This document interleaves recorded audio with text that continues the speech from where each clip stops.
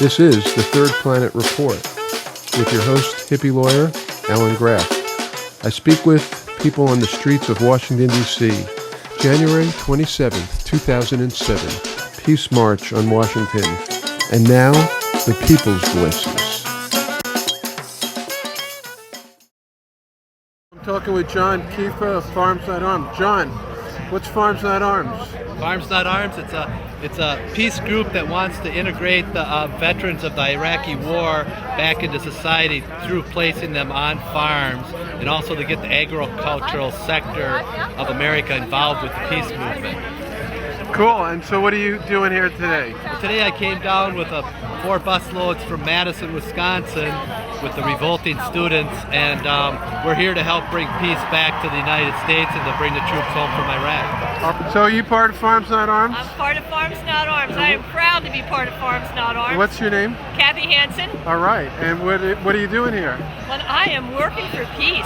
I mean, it's up to us to bring peace and justice because our government sure isn't going to do it. We need to do it. That's right, and exactly. And we are for farmers for peace. We need more farms in this country, less arms. We need money to go into our farming district.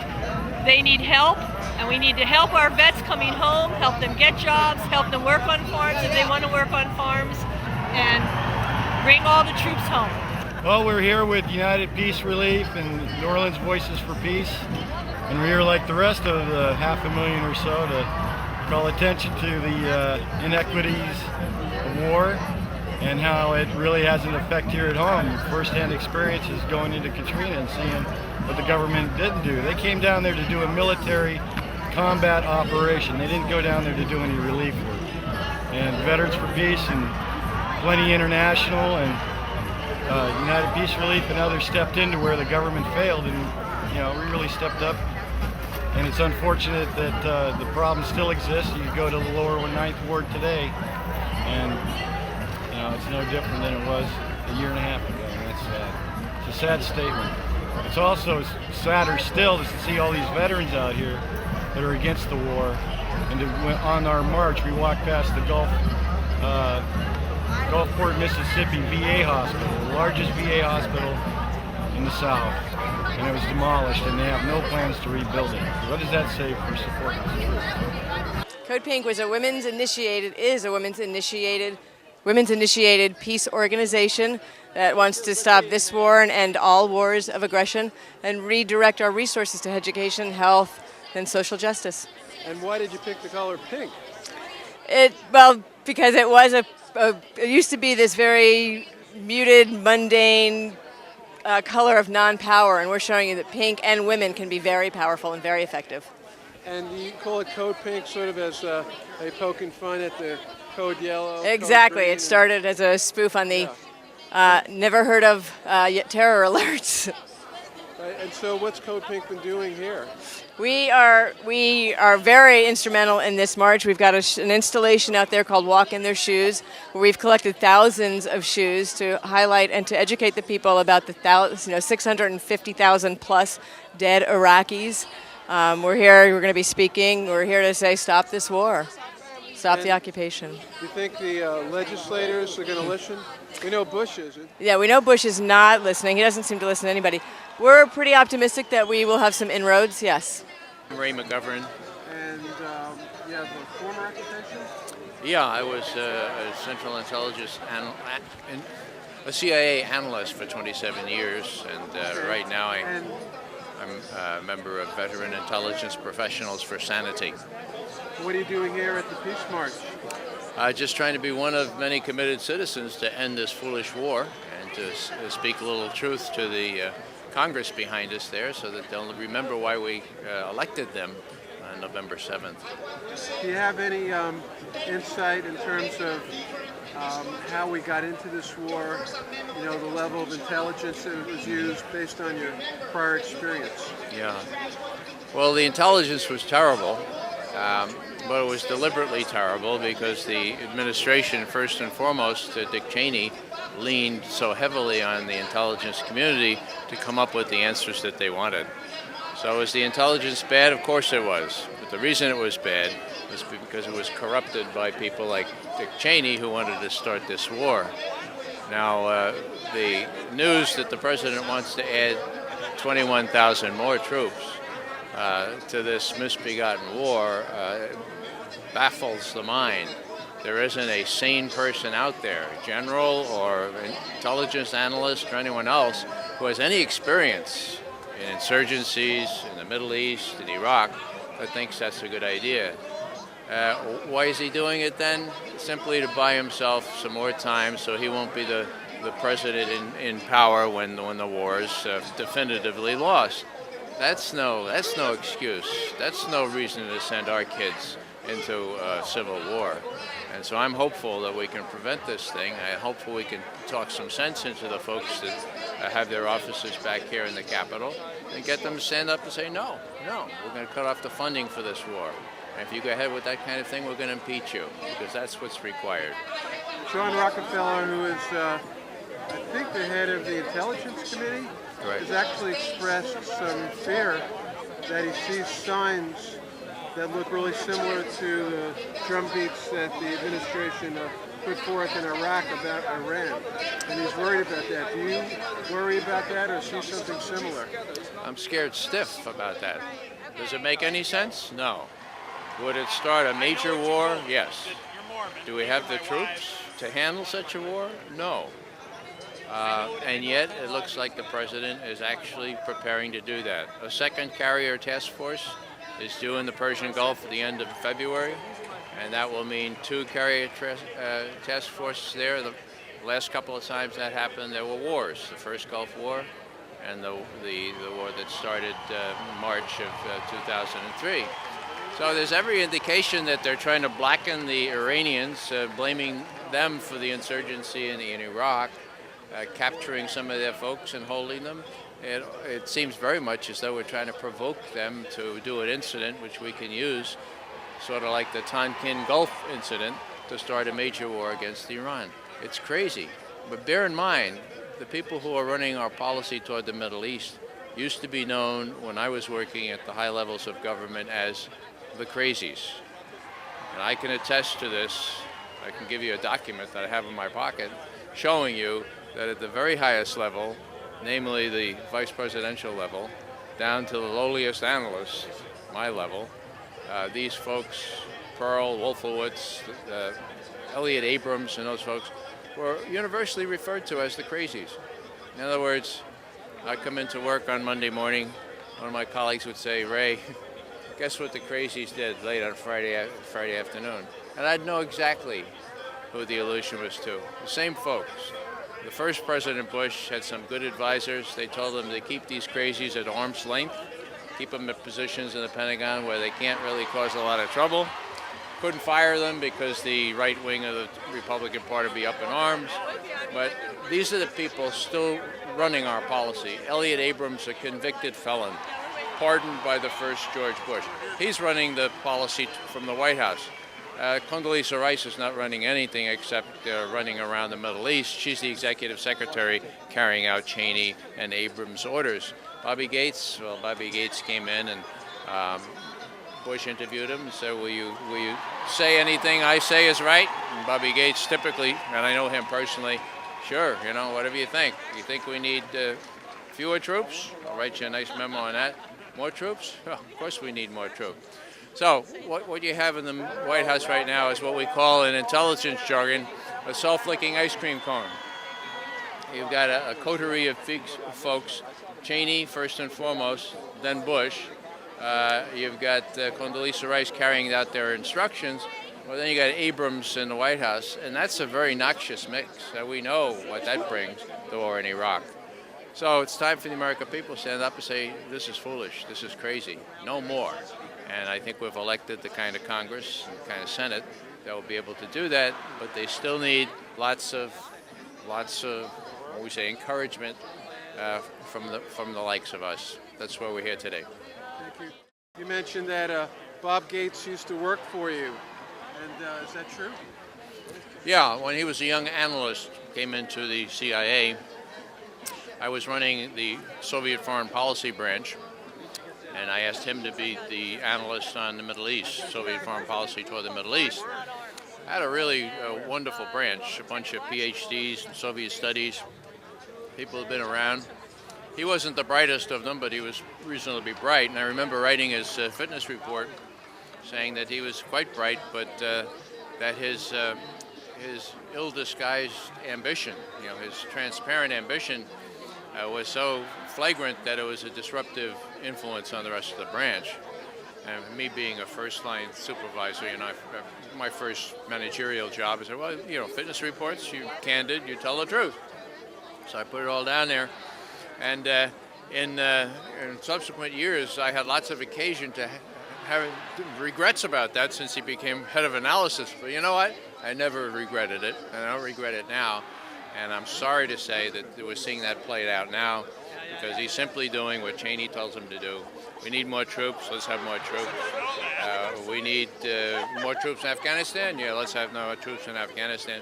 Send a carrier to the Persian Gulf. He doesn't know what he's doing. He's just following instructions, which he always did, because his specialty was sniffing the winds from the White House and guiding the analytical sails accordingly. And that's not what you need now. You need somebody who will stand up and say, wow, more troops when all the generals say fewer troops?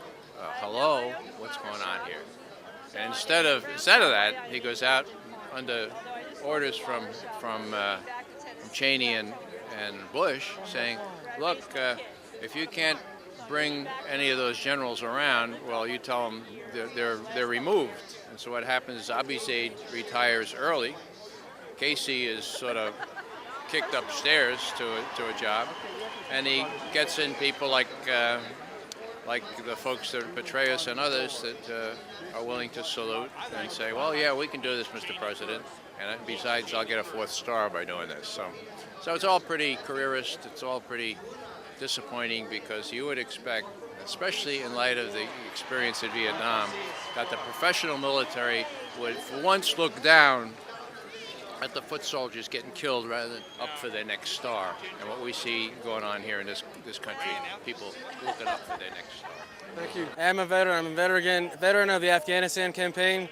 I served in Afghanistan with the Texas National Guard from March of 2005 until March of 2006. So I've been back home for about a year now. Were you just on one tour, or is it possible you could go back again? I served one tour in Afghanistan. Right now I'm in the individual ready reserve of the National Guard, which means I don't drill every month. But with Bush's new plan to surge troops in Iraq, our unit could be called up from the individual ready reserve, which means we're not even drilling, but those folks can still get called back up and serve in Iraq or Afghanistan. So yes, we could get called back up. So how does it make you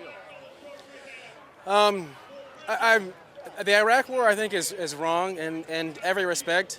I think that reasonable people can look at what's happened with this war and realize that from day one, this war was founded on faulty intelligence. It was trumped up by people in the administration who were around to put Saddam Hussein in power, and now all of a sudden they want to take him out of power using faulty intelligence, and really, I think, manipulating the media in such a way that the American people were sort of, and even Congress, were forced to actually believe that what they were saying was right, and fighting the war was the correct thing to do. But I think now, in hindsight, we can see that what happened in Iraq was just a travesty for Americans, for American diplomacy around the world, for the American soldiers who are there, and I think, very importantly, the Iraqi people. I mean, the Iraqi people are the ones who are suffering. Last year, the UN said that 36,000 civilians in Iraq were killed. Civilians. These are not militia, insurgents, not U.S. troops. These are innocent civilians who were killed in this war. I think some people can argue that Afghanistan was a just war because Osama bin Laden was in Afghanistan. And I think that after 9/11, we certainly have the right to go where the terrorists were at. But the Iraq war is just a farce. We have no right to be there. Those people don't want us there. They see us as occupiers, not liberators. And I think because of that, it's time to bring the troops home. If I get called to go to Iraq, I will not serve. I'm not going to say, oh, I have a medical condition or psychological. I'm going to say I conscientiously object to this war, and I will not serve based on the way this war has been conducted and the reason that we're still staying there, which is propaganda by the U.S. government. Benjamin, and how do you feel about this rally? Are we going to end the war with it? Well, not with this rally, but we're going to end the war. We got a lot more to do. We got to convince this Democratic Congress that we're not just against an escalation of this war, we're against the whole damn war, and they've got to defund the war. Yeah. How does it look in terms of, pushing the Congress to do that? They seem to be sort of obstinate. I think it's going to be a struggle. I think they can get away with maybe just going back to the status quo and opposing the surge, and that's not good enough. And when they say that defunding the war is off the table, we say we're setting the table. We've seen both Dennis Kucinich and John Edwards actually talk about defunding. Is that encouraging to you? Well, it's encouraging, but we know that Dennis is on our side. We know Lynn Woolsey's on our side. We know Barbara Lee's on our side. We know Maxine Waters is on our side. But we got to get 435 congresspeople and 100 senators on our side, or at least a majority. We're from rural Tennessee, and we've been seeing a lot of movement from rural Tennesseans against the war. Does that encourage you? I think all across the country we're seeing a change of mood, and that's why the mandate for peace was the result of this November 7th election. And I think people are really going to have to step it up, though, because we put these people in office and then they forget about us. And they think that we have to vote for them because the alternative is worse. And we got to say, no, we're only going to vote for people who show us in this election cycle that they are listening by voting against funding for the war. One last question. What can people do who are just sitting at home watching this? Get off their butts. They got to stop sitting at home and they got to get out in the streets, and not only to marches and not only to vigils, but we got to sit in congressional offices. We got to get hauled off to jail because that's what it's going to take to end this war. And we got to get much more pushy about making sure that the people that we put into office are listening. How about getting Barbara Bush to join Co-Pink? That would be interesting, wouldn't it? You never know. Thanks. Not in Our Name is a national coalition, actually it's an international coalition of individuals and organizations who came forward, was the first group to come forward with the statement of conscience, which became ads in newspapers across the country, with a pledge of resistance that called together more than 50,000 people in the Meadow in New York and Golden Gate Park. And it was the kickoff of the current anti-war movement. We have continued our effort. We were the first to call for support of the resistance. We began that with my writing an open letter to my niece and nephew, who are both in the military, calling upon them to put down George Bush's gun and to come home. And along that same line, we are here today to continue to support those young people who have said we will not be mercenaries for capitalism, that we will not be killing other young people for health care, for scholarships, that we will make the government to which we pay taxes be accountable to the people from whom it receives money. I am here today to show my support for ending this war that has no valid meaning. And I'm representing the George Washington University as a grad student here in DC and trying to help all these lovely, friendly people get their message across to our leaders across the land. Hello, my name is Mario Urdaneta. I'm a PhD student here in Maryland. And I'm a foreigner, and the United States has been so kind to open its arms to me like so many other immigrants in this nation. And I'm here to show my support to the United States because it saddens me to see this wonderful country be weakened by this horrible war and all the repercussions that it has now and in history. Well, I'm here today to show my opposition for the war. I just think that there's so many reasons, but there's so many things that our money could be spent on besides the war, besides just the violence. Our healthcare system, our transportation system, our national parks, there's so many things that are suffering, and I just think it's important that we refocus our priorities. And so that's my message today. Because I want the President and Congress to know that not all of America agrees with what's going on now, that it needs to change.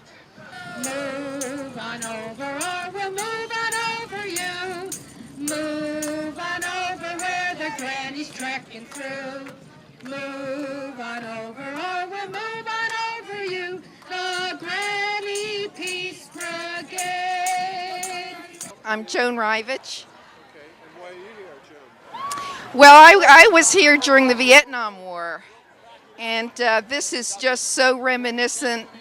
The deception, the loss of life, the destruction of a small country for just to no purpose whatsoever.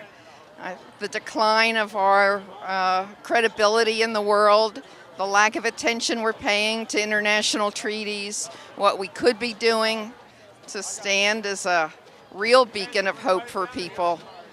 We haven't passed the Kyoto Treaty, we haven't signed the Landmine Treaty, we haven't signed the Treaty for the Rights of the Child. And so we stand really outside of most nations in the world in terms of our foreign policy. So we can't claim leadership when we are really bringing up the rear in terms of enlightened, cooperative foreign policy. Hi, my name is Charles Haymarket. We're up from Vermont. We're down from Vermont today. And we've sat here and probably watched maybe 500,000 or 600,000 people walk by. Doesn't seem to be any end in sight. It's awesome. Really? How did you get a count like that? Just going eeny, meeny, miny. And just watching block after block after block. We sat here for 40 minutes and there's no end to the people going by. It's awesome. Pardon me? We're musicians. We write protest songs. And she teaches school, and I restore old wristwatches. So we're glad to be down here, glad to see a lot of spirit in America, and glad to see people really out and concerned and wanting to care again on things. And even though the major media ignores a lot of this protest, they really can't ignore this for long. Hey, my name's Jenna Haymarket, and I'm down from Vermont too, and I'm a college professor, and I teach English and I teach peace studies. And I've been doing this since I was in high school when Vietnam was just winding down. I've been working for peace, and I am so heartened to see all these people out today, just from little kids to grandparents, all kinds of people. It's really heartening because, you know, it's kind of shameful to be an American right now. No, it didn't change my mind, not one single iota, not one. Headstrong. We're going to Iran, we're going to Syria, Somalia. My name is Kim Daniels. All right, and you from Vermont also? No, I'm from Maryland. Maryland, okay. What's happening in Maryland? There are a few Marylanders out here. Most Marylanders, I think, didn't know a lot about it. I just found out about this last night from my sister. The news media is not covering it. So I found out by accident.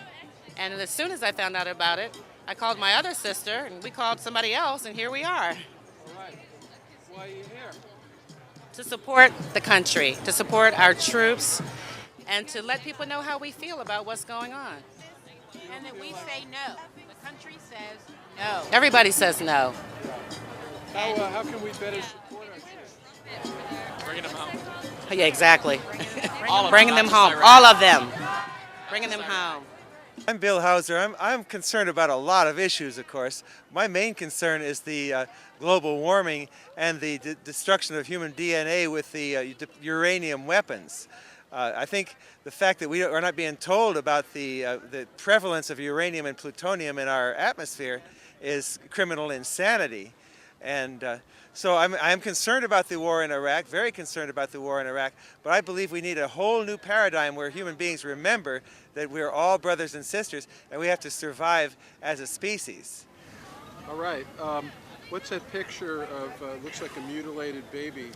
Yes, well, unfortunately, the United States, particularly George Herbert Walker Bush, decided to use depleted uranium weapons in Iraq in 1991, knowing full well that this was a deadly poison and it has a half-life of 80,000 years. But with full foreknowledge, they went ahead and blew up all sorts of depleted uranium in Iraq. The powder gets into women's lungs and reproductive systems, destroys their DNA forever, and this is the catastrophic result. And any human being who thinks that this is an isolated incident, couldn't happen here, is sadly and grievously mistaken. Bring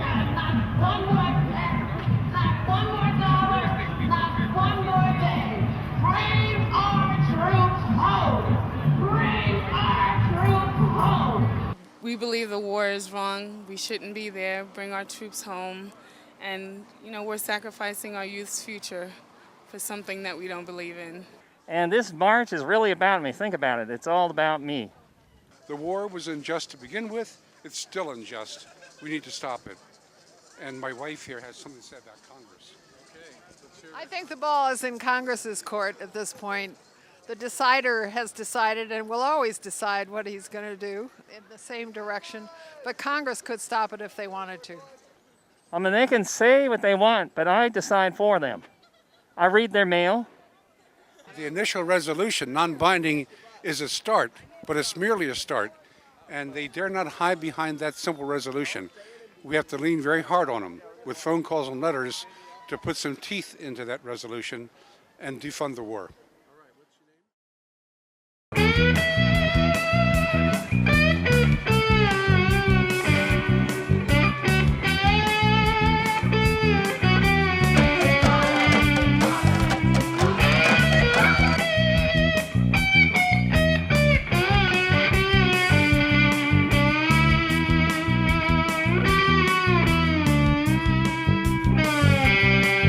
I've been tossing and turning in the middle of the night. I can't stop thinking about our planet's sorry plight. Temperature's so high, record-breaking times.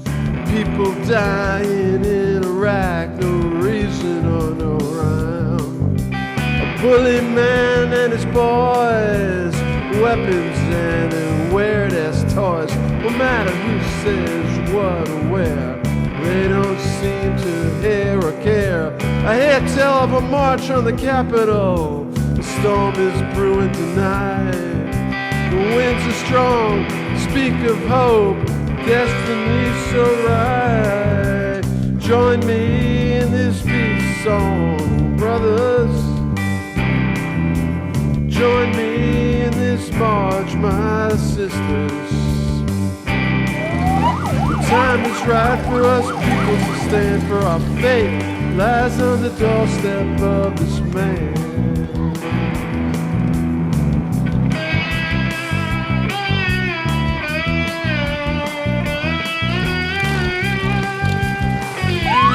We will march for love of this planet. We will march for love of us all. We will march for rights and dignity, and march for our children's lives, so they won't have to hide in a hole where the air is shallow, in a hole where the water is cold, in a cave where the sun never shines, in a place where the food's rotten all the time. Join me in this peace song, sisters. Join me